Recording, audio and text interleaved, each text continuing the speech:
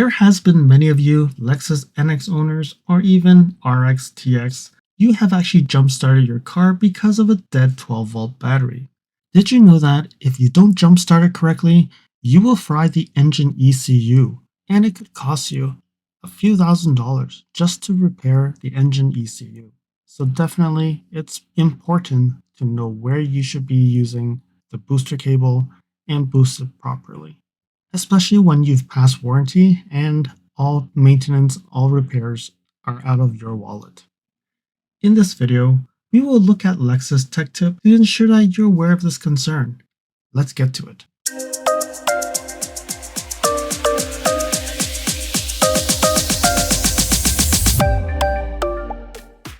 Alright, so now we're looking at this tech tip and it's released October 24th, and you can see this diagnostic trouble code U010087 and no start replace engine ECU after jump starting, and this is only applies to US market, no Mexico or Canada. But again, I think this is exactly the same as those markets as well, so you can take this as your reference. And you can see here it says engine or hybrid system, and it's for the conventional or hybrid vehicles, so the A25A, T24, and the 2GR are impacted as well. So looking here, you can see 2023 to 2024 RX 350, we have the 2019 to 2024 ES300H, we have the 2022-24 NX 350H, the NX 350, and also the 250, and also the NX 450H Plus 2022-2024. We have the RX 350 to 2023 to 2024, also the 500H, also the 450H Plus. Essentially all RXs, also 2024 TXs, and you can also see the plug-in hybrid, and also the ES 250, 350 from 2019 to 2024, all of these years. So definitely a lot of vehicles are applied to this. So what they're saying is after jump starting, the vehicle may experience a no start condition, so you cannot start after you've jump started. And you get multiple trouble codes, including this U010087, the lost communication with ECM PCM. A, missing message. So upon investigation, it's found that the engine ECU has been damaged and needs to be replaced. In several cases, the cause of the ECU damage was improper jump starting. So what they're saying is further investigation found that the ECU damage may occur if the negative ground cables are clamped or attached on or around the ECU or mounting brackets. So we refer to figure 1 and 2 for risk locations on conventional and hybrid engines. Alright, so you can see this image here. I'm going to zoom in one more. Hopefully we can. There we go. So to prevent this condition from occurring, it's recommended to jumpstart cables to attach as described in the owner's manual.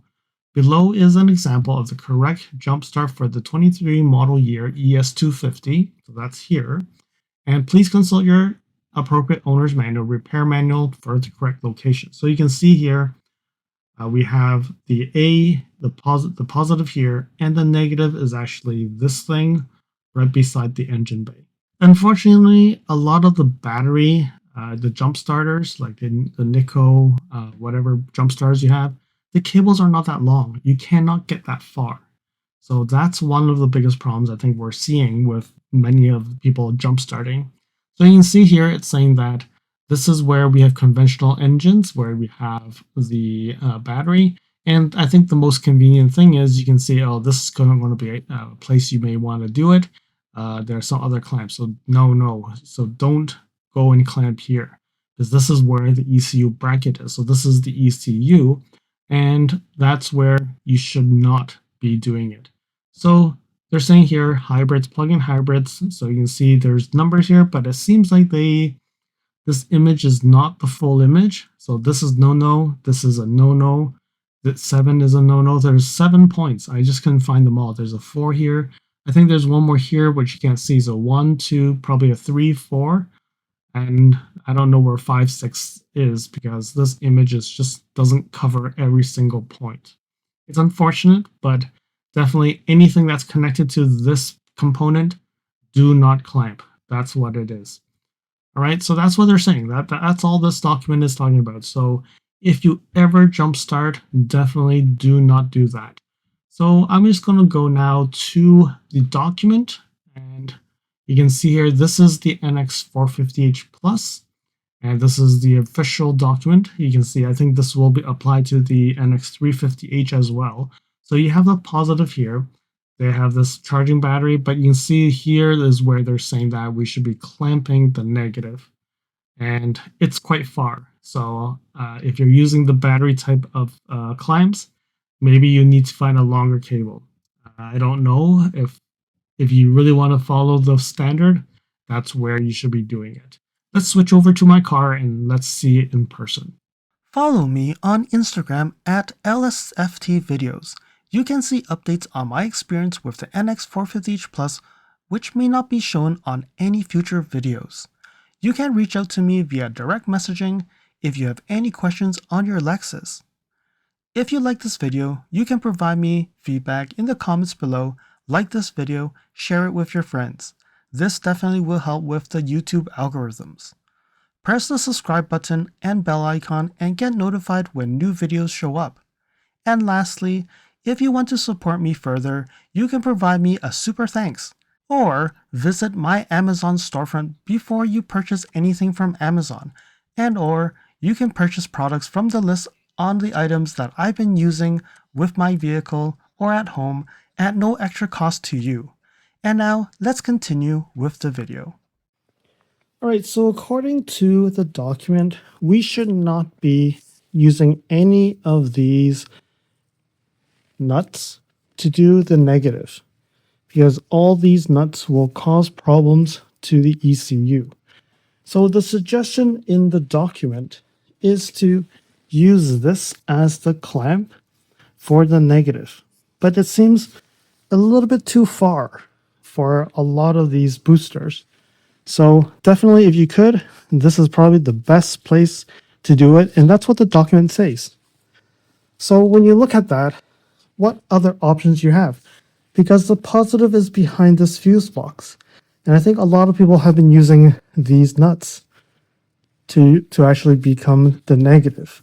So I personally have actually used this one here, and I had no issues with it. So that's one of them that I've used, and it seems to be fine. But definitely not this one. This one should be okay, and not these other ones. But again, this is connected by steel with this, so I really don't know. But definitely the one over there is the one to choose. So there we have it. Just have a little look under the hood. So here we found another document. This is on a different website, and this is what they're showing. And I think this is actually a very good reference, because this is what happens to the engine ECU damage. So it got burnt. So when you actually put the negative in these parts, it's possible when it starts, it will actually burn the motherboard, which will cause it to stop working. So definitely that's one thing that you do not want to do, especially when the car is not starting already. You do not want to damage it further.